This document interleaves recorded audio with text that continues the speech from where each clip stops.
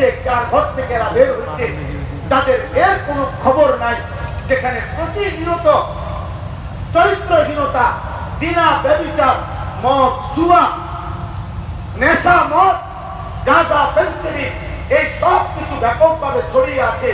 এই সমাজে দুইটা বাতি লাগাইলে, এই সমাজে দুইটা ময়লার ঝুড়ি দিলে, এই সমাজে একটা দুইটা গ্লাস আর পানির বোতল দিলে এই সমাজ আলোকিত হবে না। চরিত্রহীন মানুষ রেখে, লম্পট যুবকদেরকে চরিত্রহীন রেখে, নারী, মদ, নেশা, জুয়া, অস্থিরতার, বেহায়াপনার, উলঙ্গতায় ডুবাইয়া রাখা যেই যুবকরা পড়ে থাকবে, এদের দ্বারা পৃথিবী, দেশ, সমাজ, ঘর, পরিবার কোনদিনও আলোকিত হবে না, হবে না, হবে না।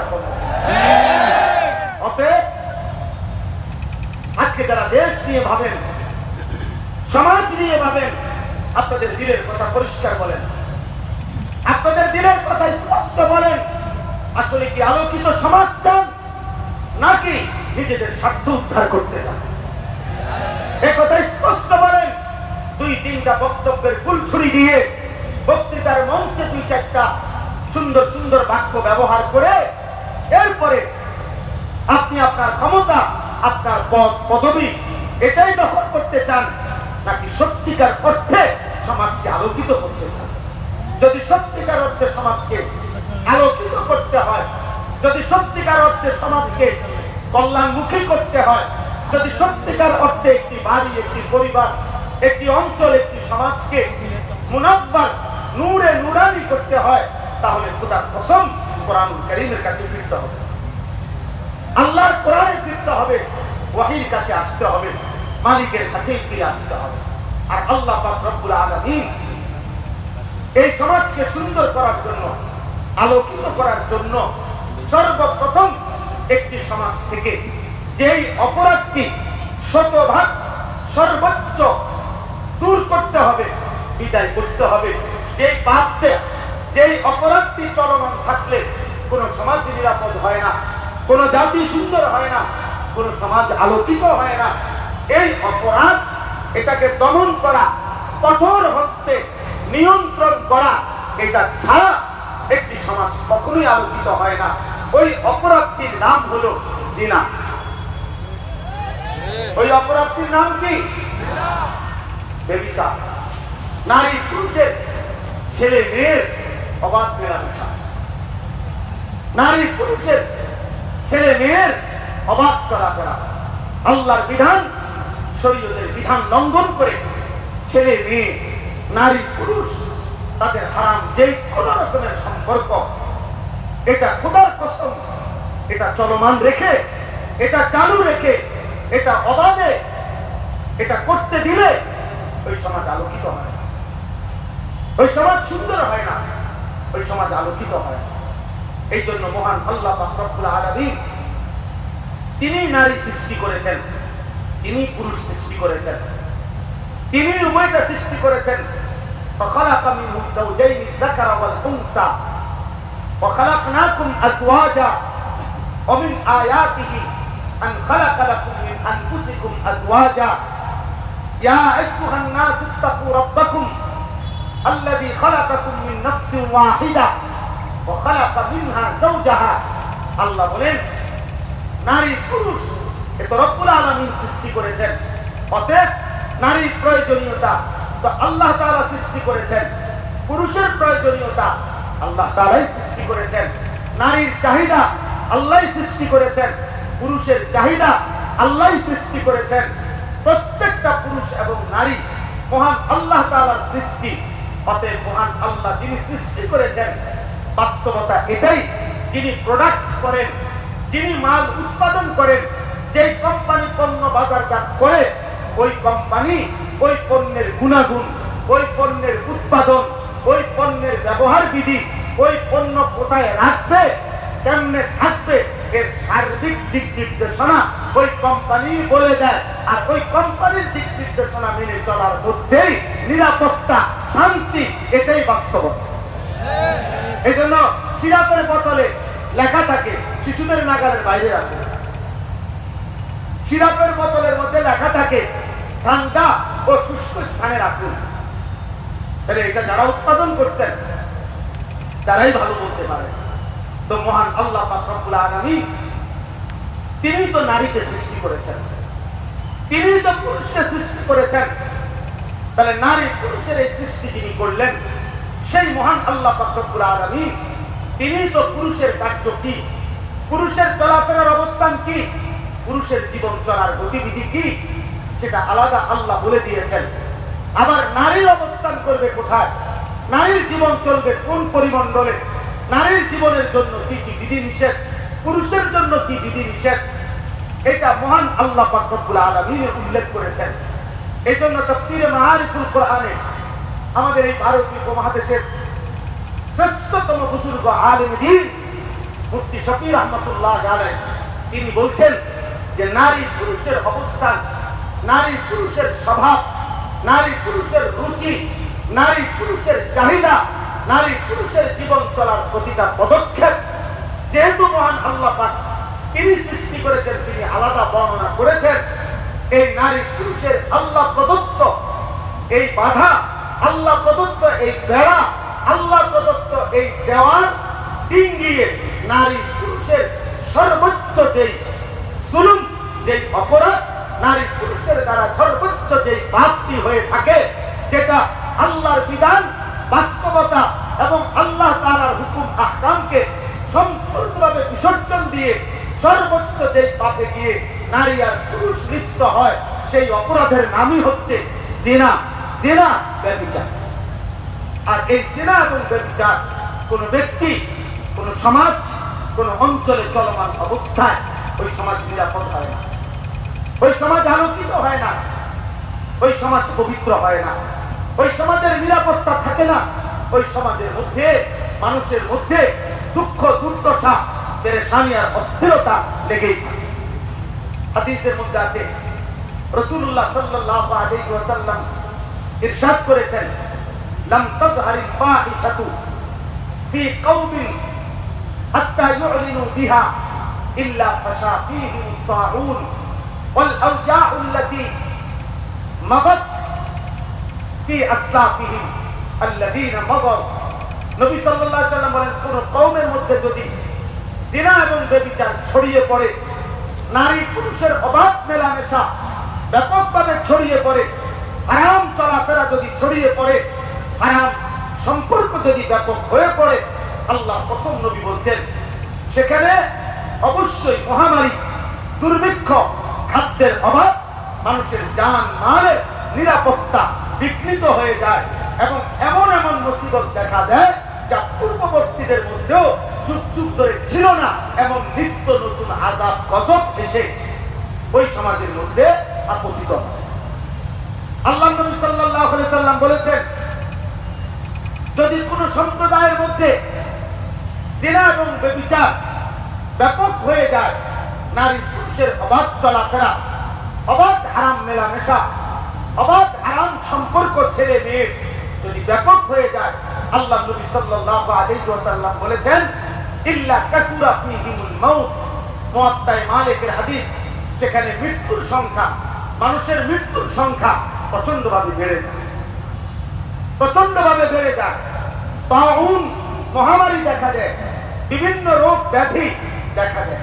আজকের পৃথিবীতে এইডস কোনোদিনও পৃথিবীর থেকে নিশ্চিহ্ন হয় নাই। এটা নারী পুরুষের হারাম অবৈধ সম্পর্কের একটি চূড়ান্ত ভয়ঙ্কর মহামারীর নামই হচ্ছে এইডস, যা এখনো চলমান পৃথিবীতে। তাহলে প্রিয় ভাই আমার, প্রিয় বাপ আমার, আমরা কোরআনুল কারীমের মধ্যে এই সূরা নূরের প্রথম আয়াত, প্রথম বক্তব্য, প্রথম কথা আল্লাহ তাআলা শুরু করেছেন এই জিনার আলোচনা দ্বারা, এই ব্যভিচারের আলোচনা দ্বারা। আল্লাহ তাআলা বলেন, এই সমাজ, এই জাতি, এই পরিবার, এই ঘর, এই দেশ, এই মহল্লা, এই জনগোষ্ঠী মানুষের যদি নিরাপদ, পবিত্র, আলোকিত রাখতে চায়, তো সর্বপ্রথম জিনার দ্বার বন্ধ করতে হবে। এই জন্য মহান আল্লাহ পাক রব্বুল আলামিন বলছেন কোরআনুল কারীমের মধ্যে, ইসলামের সবচেয়ে কঠিন দণ্ড, ইসলামের মধ্যে কোন পাপের শাস্তি সবচেয়ে কঠিন? জিনার শাস্তি। কোন পাপের শাস্তি বলেন? আমাদের বিশ্ববিখ্যাত মুফাসসির শেখুল হাদিস দারুল উলুম দেওবন্দের শ্রেষ্ঠতম সন্তান, যিনি অল্প সময় পূর্বে ইন্তেকাল করেছেন, হযরত মাওলানা সাঈদ আহমদ পালনপুরি রাহমাতুল্লাহি আলাইহি, তার বিশ্ববিখ্যাত তাফসীর হেদায়েতুল কোরআন, এই হেদায়েতুল কোরআন তাফসীরের মধ্যে তিনি এই বিষয়ের উপরে লম্বা আলোচনা লিখছেন। একটা মৌলিক কথা বলছেন উনি, যে জিনা এবং ব্যভিচারের শাস্তি আপাত দৃষ্টিতে বাহ্যিক দুনিয়াতে স্বাভাবিকভাবে কোনো মানুষ শুনলে আস্তে ওঠে, কাইপা ওঠে, লাভ পাইয়া ওঠে, যে কি ভয়ঙ্কর শাস্তি, কি ভয়ঙ্কর। কিছু কিছু ভদ্রলোক সভ্য পৃথিবীর আধুনিক দাবিদার, ওরা ইসলামের জিনার শাস্তি আর ব্যভিচারের শাস্তি দেখলে আস্তে ওঠে, বলে কে বর্বরতা, কি জঘন্যতা, কি মারাত্মক শাস্তি। অথচ বাস্তবতা হলো তিনি লম্বা আলোচনার মাধ্যমে এটা যুক্তি দিয়ে, প্রমাণ দিয়ে, বিশ্লেষণ করে প্রমাণ করেছেন জিনা এবং এই ব্যভিচারের শাস্তি। মহান আল্লাহ পাক এখানে বলছেন, আয-যানিয়াতু ওয়াজ-যানি ফাজলিদু কুল্লা ওয়াহিদিন মিনহুমা মিআতা জালদা। আল্লাহ তাআলা বলেন, জিনাকারী পুরুষ, প্রথমে বলছেন নারী, ব্যভিচারিণী নারী এবং ব্যভিচারী পুরুষ, এই দুইজনের শাস্তি কি? আল্লাহ তাআলা বলেন, ফাজলিদু কুল্লা ওয়াহিদিন মিনহুমা মিআতা জালদা। আল্লাহ তাআলা বললেন, তাদের উভয়কে, ওই মেয়েকে, নারীকে এবং পুরুষকে 100 চাবুক দিয়ে বেত্রাঘাত করো, চামড়ার উপরে বেত্রাঘাত করো, মিআতা জালদা। আরবিতে চাবুক বলাই হয় যেটা চামড়া দিয়ে বানানো হয়, যার কারণে এই চামড়ায় তৈরি চাবুক দ্বারা তার দেহে, তার শরীরে 100 করে বেত্রাঘাত করো। তাফসীরের মধ্যে বিস্তারিত ব্যাখ্যা আছে। ইজমায়ে উম্মত, তাওয়াতুর হাদিস এর মাধ্যমে কথা প্রমাণিত যে এই শাস্তিটি অবিবাহিত ছেলে এবং মেয়ের জন্য। কোন মেয়ে যদি অবিবাহিত হয়, কোন ছেলে যদি অবিবাহিত হয়, তাহলে তাদের জিনা ব্যভিচারের শাস্তি হলো 100 চাবুক দিয়ে বেত্রাঘাত। কিন্তু আল্লাহ নবী সাল্লাল্লাহু আলাইহি ওয়াসাল্লামের বিশুদ্ধ হাদিস, কোরআনুল কারীমের মানসুখকৃত আয়াত, যেটা মুতাওয়াতির হাদিসের দ্বারা প্রমাণিত, যে বিবাহিত পুরুষ এবং নারী যদি জিনা করে, যেটাকে আমাদের সমাজে পরকীয়া বলে, অর্থাৎ বিবাহিত পুরুষ জিনা করেছে, বিবাহিত নারী ব্যভিচার করেছে, তো আল্লাহর বিধান হলো তাকে পাথর মেরে রজম, হত্যা করা, তাকে পৃথিবী থেকে বিদায় করে দেওয়া, এই পৃথিবী থেকে নিশ্চিহ্ন করে দেওয়া, নিশ্চিহ্ন করে দেওয়া। আল্লাহ তাআলা বলেন, ওয়ালা তাখুসকুম বিহিমা রাহফাতুন ফি দীনিল্লাহ। আল্লাহ বলেন, মুমিন, অন্যদের কথা বাদ দাও, কাফের, মুশরিক, বেঈমান, নাস্তিক, মুরতাদ কি বলবে, মুনাফিক কি বলবে, এর ধার ধাইলো না। তবে তোমরা মুমিনদের কাছে, ঈমানদারের কাছে আমি আল্লাহ বলে দিলাম যে আমি আল্লাহ আরহামুর রাহিমিন, আমি রহমান, আমি রাহিম, আমি সত্তার, আমি আল্লাহ সেই মালিক যে বান্দার গুনাহ গোপন রাখি, বান্দার গুনাহ লুকিয়ে ফেলি। আমি সেই মালিক, আসমান ছোঁয়া গুনাহ পর্যন্ত আমি আল্লাহ মাফ করে দিতে রাজি। কিন্তু আমি আল্লাহ বললাম, জিনা এবং ব্যভিচার যদি নিশ্চিত প্রমাণিত হয় শরীয়তের বিধানের আলোকে, তাহলে এদেরকে অবিবাহিত হলে 100 বেত্রাঘাত করা, আর বিবাহিত হইলে পাথর মেরে হত্যা করা, এই বিধান কার্যকর করার ক্ষেত্রে তোমাদের কারো অন্তরে যেন এক জাররা বিন্দু পরিমাণ কোন দয়া, মায়া না আসে। এখানে আবেগ দেখাইও না, এখানে ভালোবাসা দেখাইও না, এখানে সস্তা আহ্লাদ, দয়া মায়া দেখাবে না।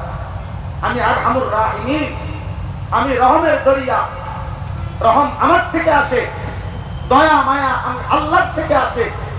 আমার সিফাত দয়া মায়া, সেই দয়া মায়া সিফাত আমি রহমান রহিম, আমি সিদ্ধান্ত নেব।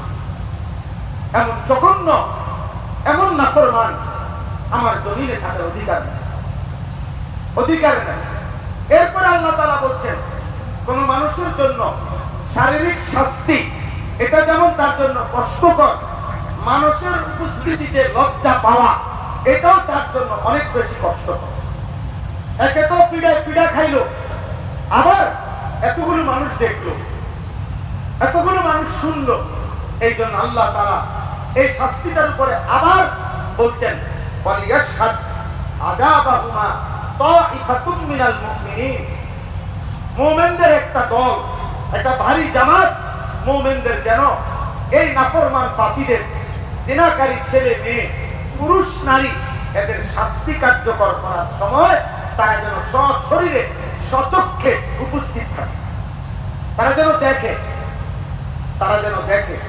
এতে করে অবিবাহিত এই ছেলে মেয়ে যদি বেত্রাঘাত খায়ও আজীবন লজ্জিত হবে যে আমি কি করলাম, কতগুলো মানুষের সামনে বেইজ্জতি হলাম, অপমানিত হলাম। আর দ্বিতীয়ত এই মানুষগুলো যারা দেখলো তারা জীবনের স্তরে সবক পাইয়া গেল, তারা জীবনের স্তরে উপদেশ হাসিল করলো যে এমন জঘন্য পাপের কাছেও যাওয়া যাবে, কাছেও যাওয়া যাবে না। এরপরে মহান আল্লাহ পাক রব্বুল আলামিন বললেন, এই বিষয়টা মাঝখানে বলে দিলেন, ইন কুনতুম তুমিনুনা বিল্লাহি ওয়াল ইয়াউমিল আখির। দুনিয়াবী দৃষ্টিতে মায়া দয়া আসতে হবে না বান্দা, বরং তোমরা যদি আল্লাহকে মেনে থাকো, আখিরাতকে মেনে থাকো, তাহলে ঈমানদার আমি আল্লাহর বিধান কার্যকর করার ক্ষেত্রে এক বিন্দু তোমরা দয়া মায়া করুণা এই ক্ষেত্রে দেখাবে। এখন দেখেন কি দাঁড়াইল কথা, দাঁড়াইল এই কথাটা, জিনা এবং ব্যভিচার, নারী পুরুষের অবাধ মেলামেশা, ছেলে মেয়ের হারাম সম্পর্ক, এটা এতটাই জঘন্য।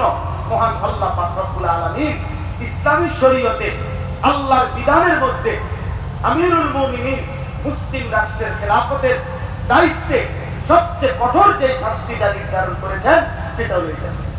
এবং এখানে কোন রাষ্ট্রপ্রধান, মুসলিম কোন খলিফা, মুসলিম কোন আমিরুল মুমিনিনেরও এক সুতা এই বিধান প্রমাণিত হলে, এই জিনা ব্যভিচার উপযুক্ত শরীয়তের মূলনীতির আলোকে প্রমাণিত হলে কোন বাদশাহ আমিরুল মুমিনিনেরও সামান্য করুণা দেখাবার, দয়া দেখাবার, কোন রকমের সিম্পেথি, দয়া মায়া অনুকম্পা দেখাবার কোন অনুমতি নেই, কোন অনুমতি নাই, কোন অনুমতি নেই।